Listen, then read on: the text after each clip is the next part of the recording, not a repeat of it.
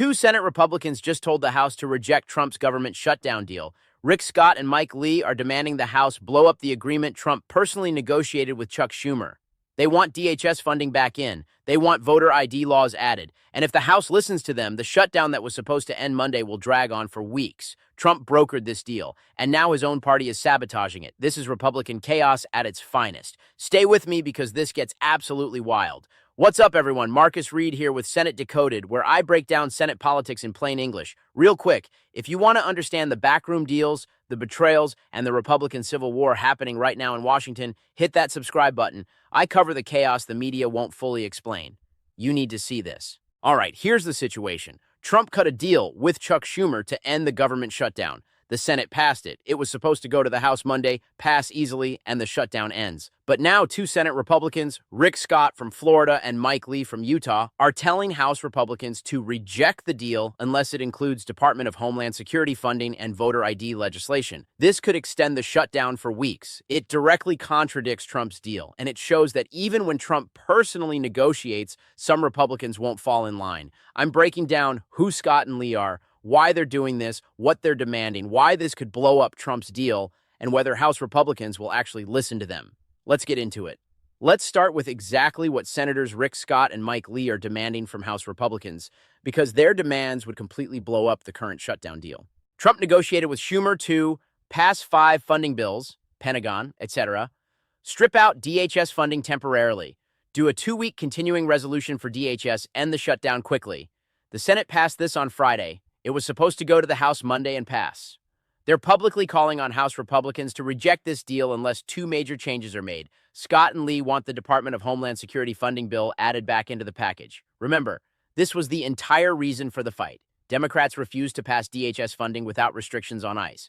Trump agreed to strip it out to get a deal. Scott and Lee are saying, put it back in, force Democrats to vote on it. This is Mike Lee's voter ID legislation. The Save America Act would require photo ID to vote. States must obtain proof of citizenship in person when people register to vote. Remove non-citizens from voter rolls. This is a major election integrity push that Republicans have wanted for years. Lee introduced this with Representative Chip Roy from Texas, and now Lee wants it added to the funding bill. Why these demands blow up the deal? If the House does what Scott and Lee want, the bill goes back to the Senate.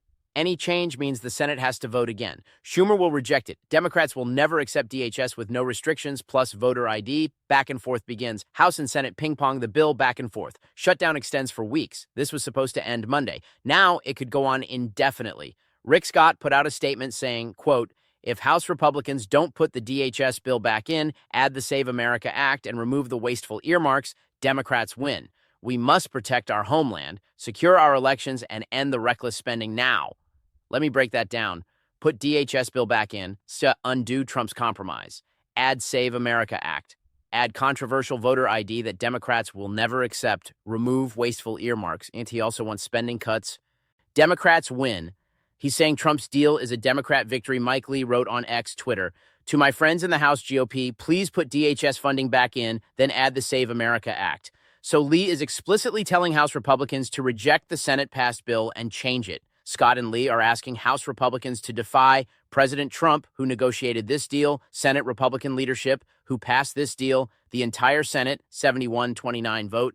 They're asking House Republicans to extend the shutdown to get policy wins that Trump already agreed to set aside. Scott has been consistent about this. He voted against the Senate package twice. His reasoning, fiscal. The spending levels are too high, adding to the $38 trillion national debt earmarks. Billions in wasteful earmarks, pet projects that he says betray Republican fiscal restraint. Promises DHS. He says Democrats will never fund DHS properly. So Republicans need to force the issue, now Lee's reasoning. Earmarks. He also hates the earmark spending election integrity. He believes voter ID is essential to prevent fraud leverage. Right now, during a shutdown, is the best time to force Democrats to accept these policies.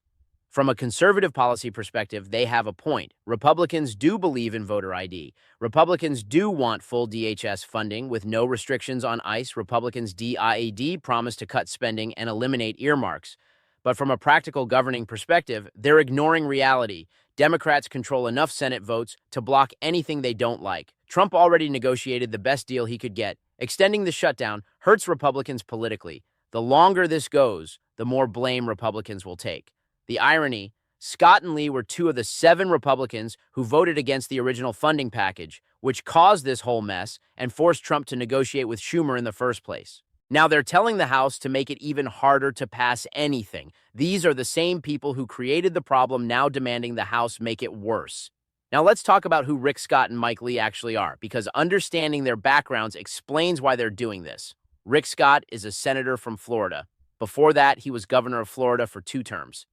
Businessman, healthcare executive, very wealthy, Tea Party conservative, fiscal hawk, obsessed with debt and spending, challenged Mitch McConnell for Senate Republican leader in 2022 and lost positions himself as more conservative than leadership. Scott has built his Senate career on being the fiscal conservative who says no to spending. He votes against omnibus spending bills, bills with earmarks, any bill that increases the debt.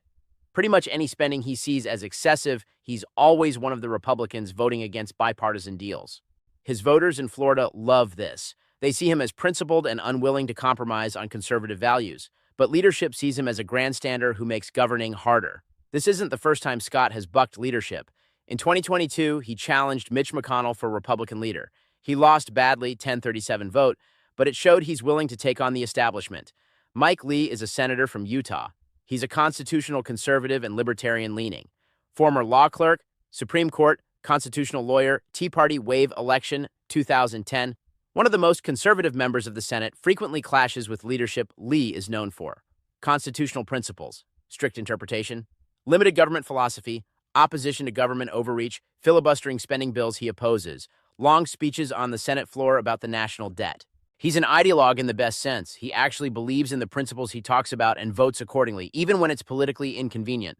The voter ID legislation Lee is pushing has been his passion project. He introduced it with Chip Roy in the House. It's designed to prevent non-citizens from voting, require proof of citizenship to register, clean up voter rolls. Republicans love this. Democrats say it's voter suppression. Lee believes this is essential to election integrity, and he's willing to shut down the government to get it. Scott and Lee have several things in common. They're true believers, not just playing politics. They actually believe in fiscal conservatism and limited government. They don't care about leadership approval. Both have challenged leadership before. They have safe seats. Florida and Utah are red states. They won't lose re-election for this. They value principle over pragmatism. They'd rather lose fighting for their values than win by compromising. They're ideologically pure. No moderate tendencies. They're as conservative as it gets in the Senate. Both Scott and Lee were among the 7 Republicans who voted against the original funding package. The 7 were Rick Scott, Florida; Mike Lee, Utah; Rand Paul, Kentucky; Ron Johnson, Wisconsin; Ted Budd, North Carolina; Tommy Tuberville, Alabama; Ashley Moody, Florida. All fiscal conservatives, all opposed to omnibus spending, all willing to blow up deals to make a point. Scott and Lee see an opportunity. The government is shut down. Republicans technically have leverage. The House hasn't voted yet. They can pressure House Republicans to hold firm. If the House changes the bill, it goes back to the Senate and they get another bite at the apple. They're trying to use the shutdown as leverage to get policy wins Trump already agreed to set aside. If House Republicans listen to Scott and Lee, the shutdown extends for weeks. Public blames Republicans. Trump looks weak. His deal was rejected by his own party. Moderate Republicans get nervous about 2026 midterms. Democrats dig in even harder. But Scott and Lee don't care about those risks. They care about getting their policy wins. Now let's talk about the position this puts House Republicans in, because they're caught between Trump, Senate Republicans, and their own conservative base. Mike Johnson has been Speaker for a little over a year, and his job has been hell. He has a tiny majority, 220 Republicans, 212 Democrats. He can only lose 2 to 3 Republican votes on any bill if all Democrats vote no, and he's dealing with Freedom Caucus conservatives who demand concessions, moderate Republicans who want bipartisan deals, a Republican Senate that doesn't always agree with the House, a White House, Trump, that makes deals and expects the House to pass them. Now, Scott and Lee are telling him to reject Trump's deal and add DHS funding plus voter ID. Pros: shutdown ends Monday. Trump is happy. Senate is happy. Democrats vote yes. Governing looks functional. Cons: freedom. Caucus conservatives revolt. Looks like he caved to Democrats. DHS fight kicks down the road. No voter ID victory. Pros: conservatives are thrilled. Forces Democrats to vote on DHS and voter ID. Shows backbone and principle. Scott and Lee praise him. Cons: bill goes back to Senate. Senate Democrats reject it. Shutdown extends for weeks. Trump is furious. His deal is dead. Public blames Republicans. Looks dysfunctional. Add some conservative demands, but not all. Pros: tries to make everyone somewhat happy. Cons, makes nobody fully happy, still probably rejected by Senate, still extends shutdown. Trump Senate Republican leadership, moderate House Republicans, business community wants shutdown to end. Donors, Rick Scott and Mike Lee House Freedom Caucus conservative media. Grassroots Republican base Representative Anna Paulina Luna, already leading charge for SAVE Act, Johnson is genuinely stuck. The House Freedom Caucus is the group of ultra-conservative House Republicans. They include Chip Roy, Texas, co-author of SAVE Act Anna Paulina Luna, Florida, already demanding SAVE Act Andy Biggs, Arizona, Matt Gaetz, Florida, Bob Good, Virginia. These members have already said they won't vote for the Senate bill unless it includes the SAVE Act. Anna Paulina Luna is actively organizing Republicans to demand voter ID be added.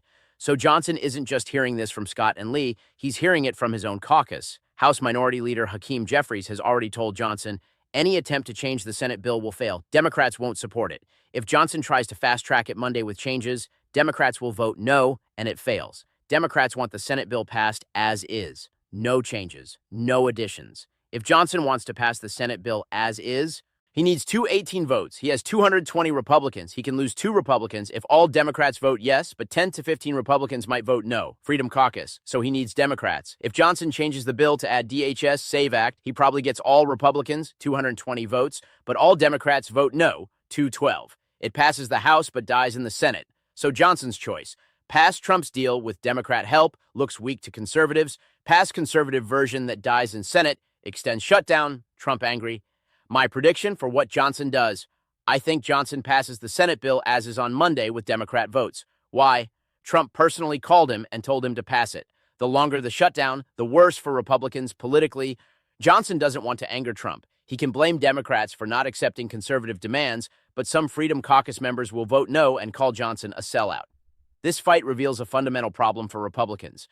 They don't have the votes to pass their priorities without Democrat cooperation. Even with Republican Senate majority, Republican House majority, Republican president, they still need Democrat votes because 5-10 Republicans always defect. That's not a majority, that's dysfunction. And Scott and Lee are making it worse by publicly encouraging House Republicans to rebel against Trump's deal. Now let's zoom out and talk about why this matters beyond just one spending bill and one shutdown.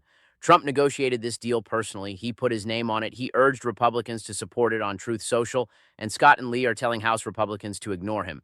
If House Republicans do add DHS and voter ID, Trump's deal is dead. His negotiation with Schumer was for nothing. That shows Trump doesn't have the ironclad control over Republicans that people think he does. There's a wing of the party, fiscal conservatives like Scott, Lee, Paul, Roy, who will defy Trump when they think he's compromising too much. There are really 3 Republican factions. Wants to govern functionally, willing to make deals, prioritizes winning elections, includes McConnell, Thune, many Senate Republicans loyal to Trump personally will follow his lead, prioritizes defeating Democrats over conservative purity, includes many House Republicans, ideology above all, will defy Trump if he compromises fiscal hawks, limited government purists, includes Scott, Lee, Paul, Freedom Caucus. These factions are in constant conflict. Republicans keep thinking, if we shut down the government, we can force Democrats to accept our demands. But it never works. Why? Because Democrats are willing to let it stay shut longer than Republicans. Public usually blames Republicans. Media frames it as Republican obstruction. Moderate Republicans get nervous and cave. Scott and Lee are trying the same failed strategy again. One of Scott's big complaints is earmarks, pet projects for specific districts. Republicans banned earmarks for years as wasteful spending. Then they brought them back because leadership uses them to buy votes. Members want projects for their districts. It makes passing bills easier, but conservatives like Scott and Lee see earmarks as corruption, trading taxpayer money for votes. This philosophical divide won't go away. The Save America Act is hugely popular with Republican voters. Polls show 70-80% of Americans support voter ID. Among Republicans, it's near 100%. So when Lee and Luna push for voter ID, they're giving the base what it wants. Even if it fails, they can go back to voters and say, I fought for election integrity. Democrats blocked it. That's politically smart, even if it's legislatively unsuccessful. The House and Senate are very different institutions with different incentives. 2-year terms, always running for re-election. Smaller districts, more ideologically pure, more responsive to base pressure, easier to be a bomb thrower, 6-year terms, more job security. Statewide elections have to appeal to broader electorate. More institutionalist, harder to be purely ideological. That's why you see House members willing to blow things up more than senators. But Scott and Lee are Senate bomb throwers, which is unusual. What we're watching is the Republican Party struggling with a fundamental question: govern pragmatically. Make deals, keep government running, win elections, fight ideologically, demand conservative policies, refuse compromise, lose battles, but energize base. Different Republicans have different answers, and that division makes it nearly impossible to govern even when they have majorities. All right, let's talk about what actually happens next, because this is moving fast. The House returns to session Monday.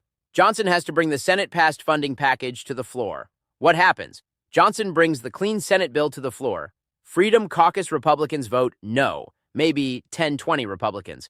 But enough Democrats vote yes to pass it, need 218 total. Bill passes with bipartisan support, goes to Trump. Trump signs it, shutdown ends Monday night. Consequences. Freedom. Caucus furious at Johnson Scott and Lee say Republicans caved. Conservative media attacks Johnson. But shutdown ends. Trump is happy. Senate is happy. What happens? Johnson caves to conservative pressure, adds DHS funding and save. America Act to the bill. All Republicans vote yes. Unity. All Democrats vote. No bill passes House on party line vote. Goes to Senate Schumer and Democrats reject it. Bill dies in Senate. Back to square one. Shutdown continues consequences. Conservatives love Johnson. Trump is furious. His deal is dead. Senate Republicans annoyed shutdown extends for weeks. Public blames Republicans finger-pointing and chaos. Johnson tries to add some conservative demands, but not all. Maybe just SAVE Act, but not DHS, or DHS, but not SAVE Act. This probably fails because conservatives want both. Democrats reject any changes. Nobody is happy. Scenario one. Johnson passes the Senate bill with Democrat help. Why? Because Trump explicitly wants this pressure from Trump. Pressure from Scott, Lee. Johnson doesn't want weeks-long shutdown. Business community and donors want it over moderate Republicans getting nervous. Remember, the Senate bill includes a 2-week continuing resolution for DHS. So in mid-February, we do this all over again for DHS funding. That's when the real fight happens. Democrats demand ICE restrictions. Republicans refuse potential shutdown over DHS alone. Lee and Scott will demand conservative wins. Then the Save America Act probably doesn't pass this Congress. Democrats control enough Senate votes to block it.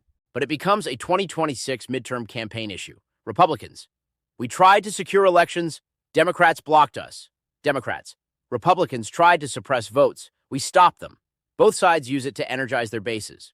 Even if the House passes the Senate bill, Scott and Lee still win politically. How? Because they stood on principle, fought for conservative values, didn't cave to pressure, gave their base what they wanted, even if it failed. Their voters will love them for this. Johnson loses no matter what. If he passes Senate bill, conservatives call him a sellout. If he adds DHS while save, Trump and moderates are furious. Welcome to being Speaker of the House in 2026. All right, let me bring this all together. 2 Senate Republicans, Rick Scott and Mike Lee, are publicly calling on House Republicans to reject President Trump's government shutdown deal unless it includes Department of Homeland Security funding and voter ID legislation. This would extend the shutdown that was supposed to end Monday. First, Scott and Lee are fiscal conservative ideologues who value principle over pragmatism. They were 2 of the 7 Republicans who caused this mess in the first place. Second, their demands would blow up Trump's deal with Schumer and send the bill back to the Senate, where Democrats would reject it, extending the shutdown for weeks. Third, Speaker Mike Johnson is caught between Trump, who wants the Senate bill passed, conservatives, who want DHS and voter ID added, and Democrats, who will reject any changes. Fourth, House Freedom Caucus members like Anna Paulina Luna are already organizing to add the SAVE Act, so this isn't just Scott and Lee, it's a broader conservative movement. Fifth, Johnson will probably pass the Senate bill Monday with Democrat votes, ending the shutdown but angering conservatives. Sixth, the real DHS fight happens in 2 weeks when the continuing resolution expires. Seventh, this shows Trump doesn't have total control over his party. Fiscal conservatives will defy him when they think he's compromising too much. Eighth, the Republican Party remains divided between pragmatists who want to govern and ideologues who want to fight, making it almost impossible to pass anything even with majorities. Are Scott and Lee right to demand conservative principles over pragmatic deals, or are they sabotaging Trump and making Republicans look dysfunctional? Should the House add voter ID and DHS funding? Drop your thoughts in the comments below. And if you want daily coverage of the Republican Civil War and government shutdown saga, hit that subscribe button. I'm Marcus Reed with Senate Decoded, breaking down the chaos in Washington every single day. Thanks for watching. I'll see you in the next one.